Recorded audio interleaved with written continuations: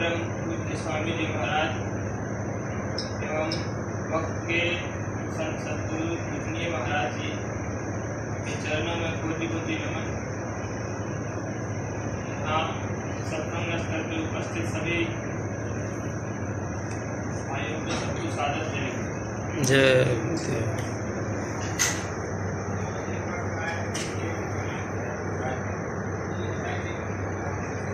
प्रेमियों,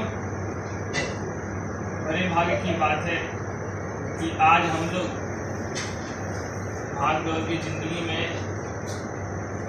थोड़ा सा समय निकाल करके और महात्माओं की बात सुनने का मौका मिला है।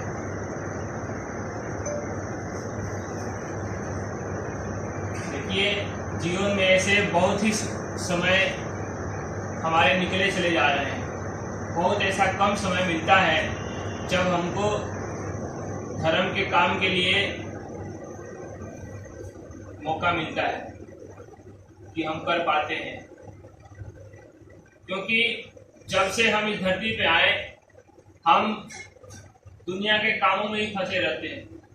सुबह से लेकर के शाम तक हम अपने ही जिंदगी के दिनचर्या को देखें तो हमको ये लगता है कि भाई जिस उद्देश्य के लिए भगवान ने हमको ये मनुष्य शरीर दिया था वो तो नहीं हो रहा है। बाकी दुनिया के काम भले ही हो रहे हैं, लेकिन जिसके लिए माँ के पेट में हम लोग 9 महीने उल्टे लटके और इतने कष्ट सहे, उसके बाद ये जीवन मिला हमको, जिसके लिए देवी देवता तरसते रहते हैं। कहा गया है ना, गोस्वामी जी महाराज ने कहा कि ये मनुष्य शरीर कीमती, इतना कीमती है, बेशकीमती है कि इसके लिए देवी देवता बराबर तरसते रहते हैं कि हमको मनुष्य शरीर मिल जाता तो हम धरती पे जा करके और महात्माओं से रास्ता ले करके और दिन रात मिल करके भजन करते, लेकिन उनको भी नहीं मिल पाता है। उस मालिक ने 84 लाख योनियां बनाई, 4 खान 84 लाख। 4 खान में क्या आता है? अंडज, पिंडज, उखमज और स्थावर। अंडज जिनकी उत्पत्ति अंडे से होती है, पिंडज जिनकी उत्पत्ति पिंड से होती है, उखमज जो मतलब कि पसीने से हो जाते हैं, और स्थावर ये पेड़ पौधे। जो महाराज जी के सत्संग सुनते हैं उनको तो सारी बातें पता रहता है।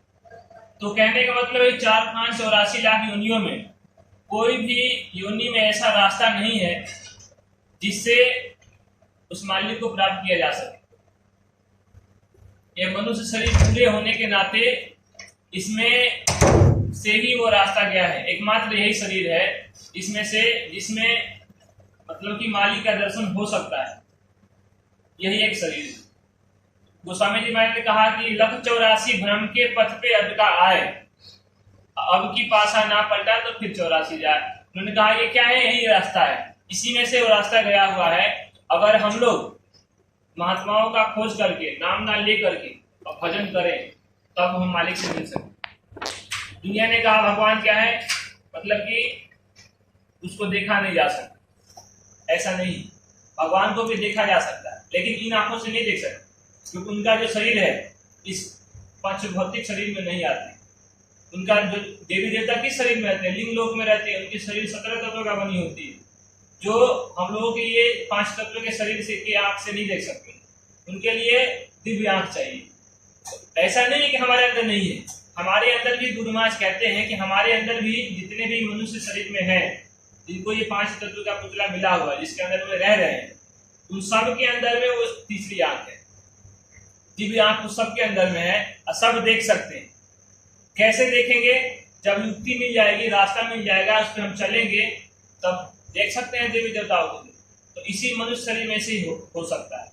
तो कहने का मतलब है मनुष्य शरीर पाने का उद्देश्य मात्र यही एक है कि दुनिया को काम को करते हुए अपने काम को बना करके उस मालिक से मिला दिया जाए, उस मालिक का दर्शन कर लिया जाए कि बार बार ही मनुष्य शरीर में आना और मतलब कि जन्मना और मरने का कष्ट ना झेलना पड़े। क्योंकि दुनिया में देख लीजिए आप, सब दुखी है, सब दुखी है।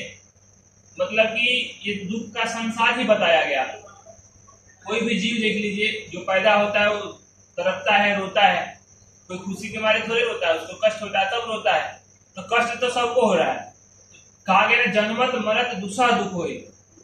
सहजो भाई ने कहा कि जन्मते वक्त और मरते वक्त इतनी कष्ट होती है, इतनी पीड़ा होती है कि जैसे मानो कि आप सैकड़ों सुई एक बार में चुभाई जा रही है शरीर, इतनी कष्ट होता है। तो ये क्या है, मतलब कि कष्ट का दुनिया का जो दुख का ही दुनिया है। जन्मने में भी उतना ही कष्ट होता है, मरने में भी कष्ट होता है। आपने कहानी सुनी होगी लोमस ऋषि की। उनको क्या किस चीज से डर था कि भाई उनको यही तकलीफ होती है कि हम जब जन्मते हैं तो बहुत कष्ट होता है और मरते हैं तब कष्ट होता है।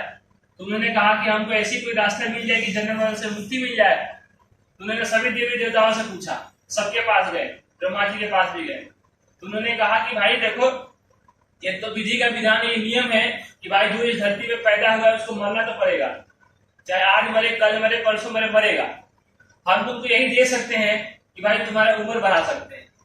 उनके हाथ में क्या है, आज नहीं मरोगे तो कल मरोगे, लेकिन मरना तो है। उनकी उम्र हो गई, बहुत लंबी उम्र हो गई, कहने का मतलब है। आप लोगों ने कहानी सुनी होगी। तो ऐसा नहीं है कि वो भी अमर है, अमर नहीं है, उनको भी मरना पड़ेगा। तो गुरु महाराज कहते हैं कि बल विक्रम गए रधीच गए, पारस गए दिन भारत ठाना, गए दुर्योधन जंग दुरे दिन 64 कोस में छत्र था। इसका छत्र जो था जहां बैठता था 64 कोस में था, उसको भी जाना पड़ा। बलि ऐसे बलवान गए जे करे कफरे 10 कंद दुकाना। बलि के नाम सुने होंगे आप लोग। बाली रावण को अपने मतलब कि कंधे के नीचे दबा करके रखा था 6 महीने, उसको भी जाना पड़ा। तो कहा गुरु महाराज ने कि ये दुनिया का ये नियम है कि जो भी पैदा हुआ है यहाँ पे उसको मरना पड़ेगा, उसको एक न एक दिन जाना पड़ेगा। चाहे कोई आज जाए कल जाए, जैसे जिसकी जैसी उम्र खत्म होती जाएगी यहाँ से चला जाएगा। फिर ये सोच ले कि हमको फिर दोबारा मनुष्य शरीर मिल जाए, तो ये इतनी आसान नहीं कि दोबारा मनुष्य शरीर मिल जाए। क्योंकि उन्होंने ऐसा नियम बनाया कि धरती पे आते हैं, जैसे 84 लाख योनियों में कुत्ता बने, बिल्ली बने, शेर बने, चीता बने, गिदड़ बने, ये सब योनियां हैं। इसके भ्रमण करने के बाद, सारी योनियों में भटकने के बाद उस मालिक की कृपा होती है, तब जाकर के कहीं से ये मनुष्य शरीर मिलता है। बड़ी कृपा, इसलिए इसको कीमती बताया गया कि बराबर हमेशा नहीं मिल जाए। ऐसा नहीं है कि मनुष्य मरता है तो मनुष्य बन जाता है, ऐसा भी नहीं है। अपने अपने कर्मों के अनुसार उसको सजा मिलती है। हमने मैंने बुरा किया तो बुरा का उन्होंने नियम बनाया कि बुरा किया तो आपको सजा मिलेगी, नरकों में जाना पड़ेगा। अच्छा किया आपने, अच्छा का फल मिलेगा कि आपको स्वर्ग मिलेगा, सुख मिलेगा। लेकिन उन्होंने क्या कहा कि स्वर्ग अंत दुखदायी। स्वर्ग में भी जो जीव जाते हैं कुछ क्षण के लिए जाते हैं, कुछ समय के लिए जाते हैं, उनका भी जब समय पूरा होता है तो दोबारा से मनुष्य शरीर में नीचे भेज दिए जाते हैं। स्वर्ग के जितने भी जीव होते हैं मनुष्य शरीर में नीचे आते हैं। लेकिन वही जब हम पाप करते हैं, अब पाप करने के बाद जब हम दूसरों को सताते हैं उससे पाप लगता है। पाप क्या है? उन्होंने कहा कि गोस्वामी जी ने कहा कि परहित सरिस धर्म नहीं भाई, अपर पीरासम नहीं हटवाई। उन्होंने कहा कि दूसरे को आत्मा को, दूसरे के आत्मा का आप सुख पहुंचा दे, इससे बड़ा धर्म नहीं है। और दूसरे को आपके कारण दूसरे को कष्ट पहुंच जाए, इससे बड़ा पाप नहीं है। पाप कैसे? जीवों को सताएंगे हम। मान लीजिए अपने जीव के स्वाद के लिए क्या करते हैं, आज के समय में लोग क्या करते हैं, जीवों को काटते हैं, बकरा काट दिए, मुर्गा काट दिए, उसको काट करके अपने जीव के स्वाद के लिए उसको पका करके खाते हैं, जबकि उसमें कोई ताकत नहीं है, वो तो बीमारी के घर है। उसको क्या हुआ? कष्ट हुआ, आपके कारण उसको प्रेत योनि में जाना पड़ा। उसका सजा किसको मिलेगा? आपको मिलेगा। हम करेंगे तो हमको मिलेगा। तो वो पाप बना हमसे, और उसका जब सजा मिलेगी तो हमको नरकों में जाना पड़ेगा, तो उसके ऐसा कटाना पड़ेगा। वो तो काटेंगे। इधर बदला का धरती है। देख लीजिए आप, भगवान राम जब त्रेता में आए हुए थे तो जब बाली को उन्होंने छिप करके मारा था कि नहीं मारा था? उसके अंदर इतनी ताकत थी, जिसको देखता था उसकी आधा ताकत अपने अंदर ले लेता था। तो उन्होंने क्या किया, उसको छिप करके मारा, पेड़ के पीछे से छिप करके मारा उन्होंने। वही जब भगवान राम, भगवान कृष्ण बन के जब पैदा हुए और जब बैठ करके सोच रहे थे, महाभारत कंप्लीट हो गया, खत्म हो गया था, तो बैठ करके सोच रहे थे कि भाई अब किसका हमको कर्जा अदा करने का रह गया बाकी, तो उसको दे करके हमको भी निकला जाए यहाँ से। तो सोच ही रहे थे, तब तक भैया ने पैर में पदम का निशान था, वो चमक रहा था। उन्होंने देखा, पहेलिया ने कि भाई ये मिर्गा की आंखें चमक रही है, आंख समझ करके नीचे उसने तीर चलाई, आकर के उनके पैर के तलवे में लगी तीर, और वही तरफ तरफ करके मतलब भगवान कृष्ण को भी शरीर त्यागना पड़ा। तो जब वहां बहेलिया पहुंचा तो कहा उनसे, भगवान हमसे तो बहुत बड़ी भूल हो गई, हम तो ये समझ के तीर चलाया कि वो मिर्गा है मतलब हिरन है, और ये तो आपको जाकर के तीर लग गई, हमसे तो भगवान बहुत बड़ी पाप हो गई। उन्होंने कहा कि देखो तुमसे कोई भूल नहीं हुई, तुम जब त्रेता में मैं राम बन करके आया था तो तुमको मैंने छिप करके मारा, और तुम जाने अनजाने में अब की बार तूने छिप करके मार करके मुझे अपनी बदला ले लिया, तो भगवान राम को भी बदला देना पड़ा, तो हम और आप किस खेत की मूली है? आज हम अपने जीव के स्वाद के लिए जीवों की हत्या कर रहे हैं। उसको कहा गया ना कि जो गल काटे औरों का अपना रहा कटाए, अब माली के दरबार में बदला कहीं न जाए। उस माली के दरबार में देर है लेकिन अंधेर नहीं, कहा गया है ना कि देर होता है लेकिन अंधेर नहीं होता। ऐसा नहीं है कि हम जिसको आज सता रहे हैं वो हमसे बदला नहीं लेगा, वो आगे चल के आज ले कल ले अगले जन्म में ले, लेकिन वो लेगा जरूर लेगा, छोड़ेगा नहीं। आप नाम को छोड़ेगा, किसी को छोड़ने वाला नहीं, क्योंकि इस दुनिया का ये नियम ही है कि भाई आप अगर बुरा करोगे तो आपको उसका सजा भोगना पड़ेगा, आप अगर अच्छा करेंगे तो उसका भी आपको फल भोगना पड़ेगा। ऐसा नहीं है कि भाई हम आज कर रहे हैं, भले उसका फल हमको अभी नहीं मिले, लेकिन आगे चलकर भी उसको फल हमको भोगना पड़ता है। इसलिए कहा गया कि महात्माओं की इसलिए जरूरत पड़ी, जब आते हैं महात्मा धरती पे, जीवों को समझाते हैं कि भाई देखो ये अपना घर नहीं है, ये अपना देश नहीं है, यहाँ हमको परमानेंट ना कोई रहा है और ना कोई रहेगा।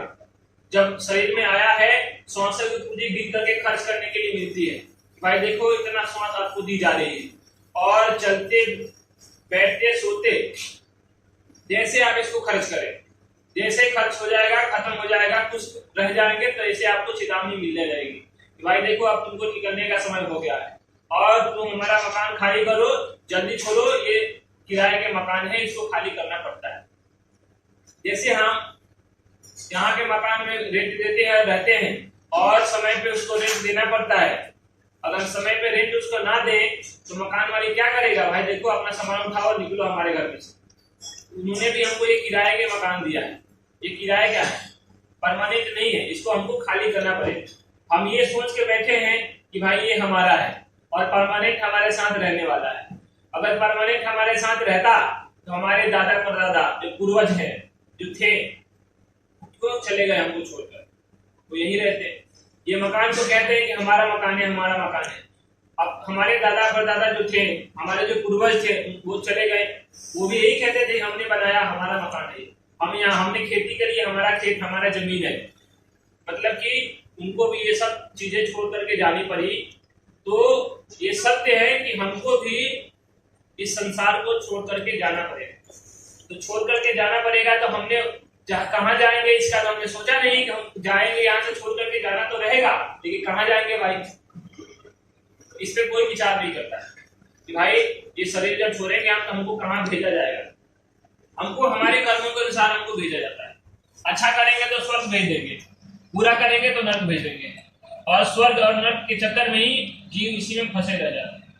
फिर ये जन्म मरण से मुक्ति नहीं मिल पाती, उसके लिए महात्माओं की जरूरत पड़ती है। जब तक महात्मा नहीं थे तब तक उस उधर का रास्ता नहीं खुला था कि जन्म मरण से मुक्ति पा सके जी।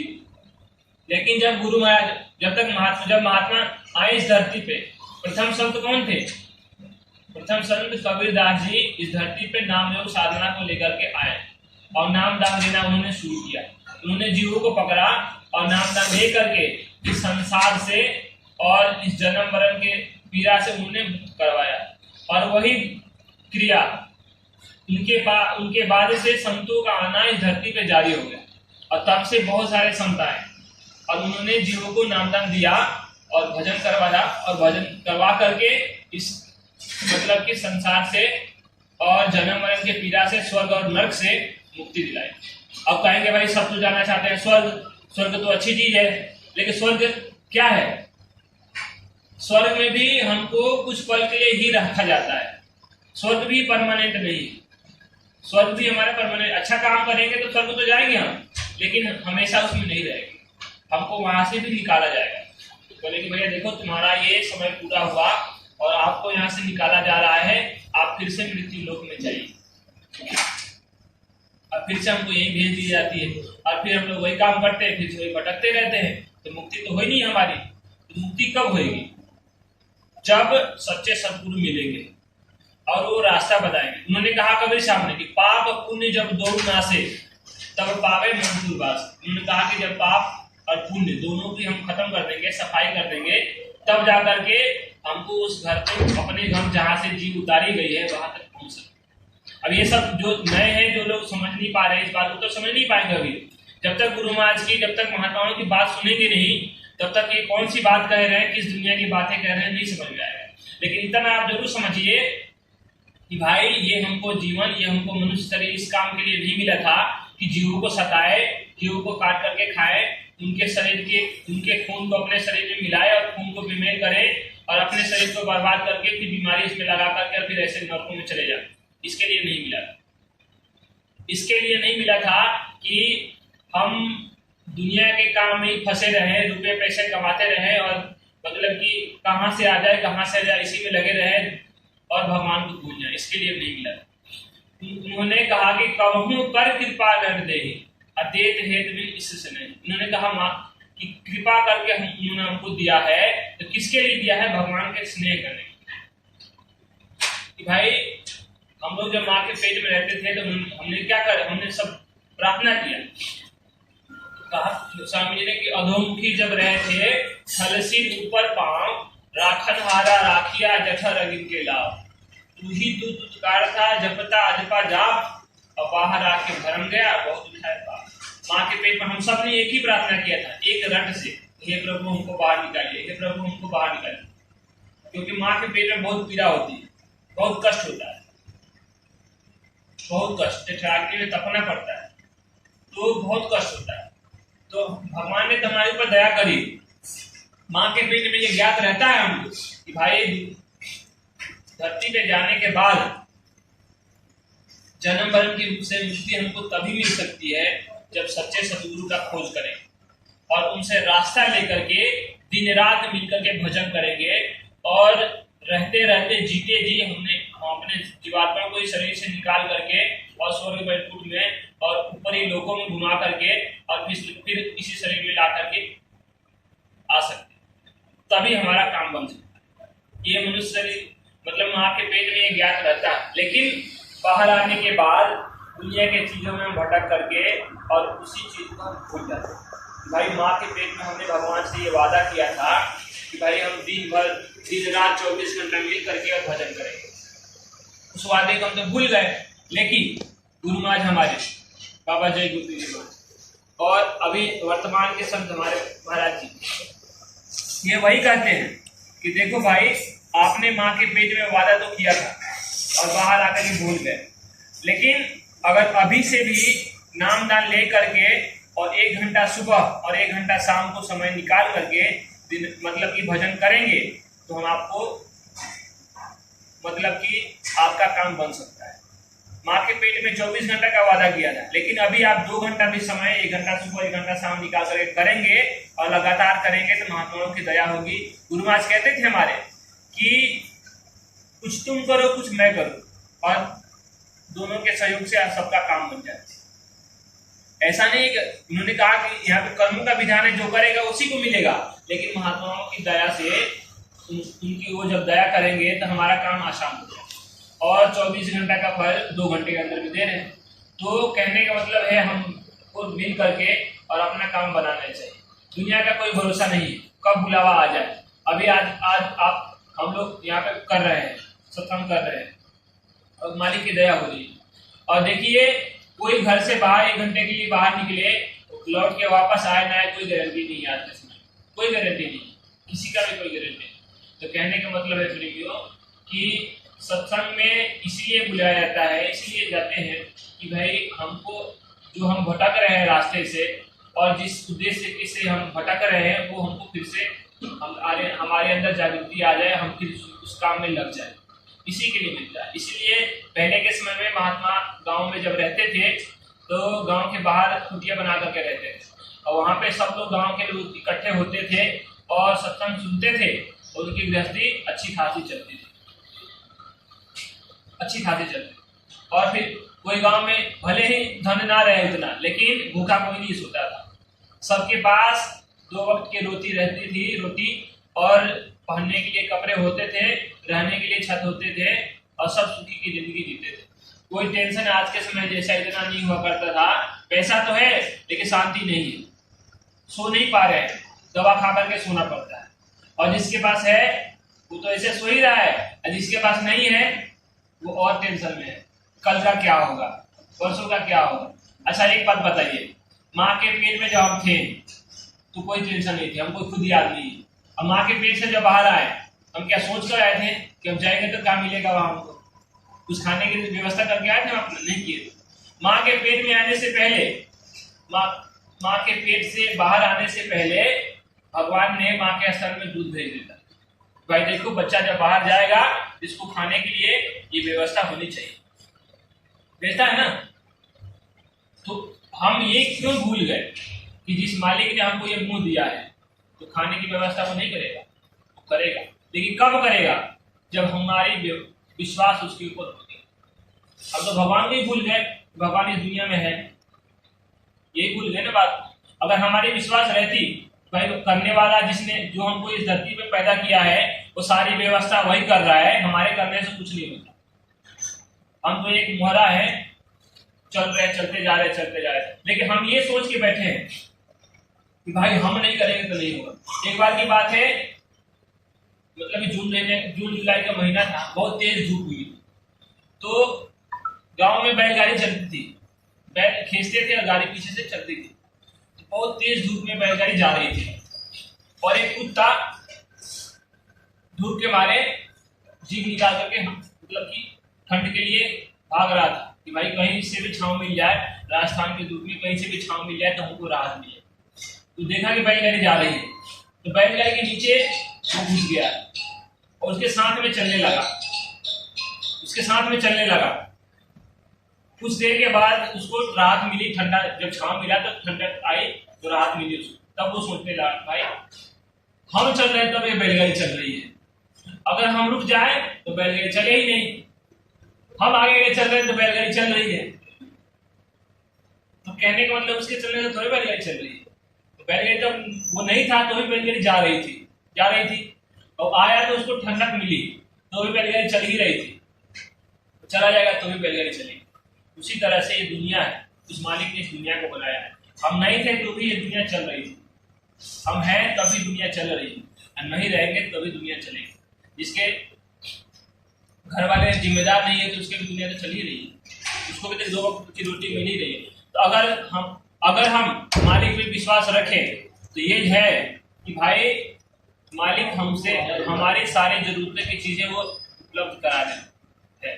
अजगर करे ना चाकरी, पंछी करे ना काम, और दास मुलुका कह गए सबका दाता राम। सबको देने वाला मालिक ही है, बाकी ये सब चीजें बातें समझने की जरूरत है। तो अगर आप लोग यहाँ पहुंचे कि गुरु महाराज की बहुत विशेष दया रही, क्योंकि आज के समय में उनकी दया के बिना कोई धर्म की बातें सुनने वाला नहीं, ना समझ सकता है। उनकी दया जब तक नहीं होगी तब तक समझ भी नहीं सकता। सुनते तो हैं हम सारी बातें, लेकिन हमको उस बातों को जीवन में उतारना और उस पर अमल करना, उस पर चलना, तब तो फायदा होगा।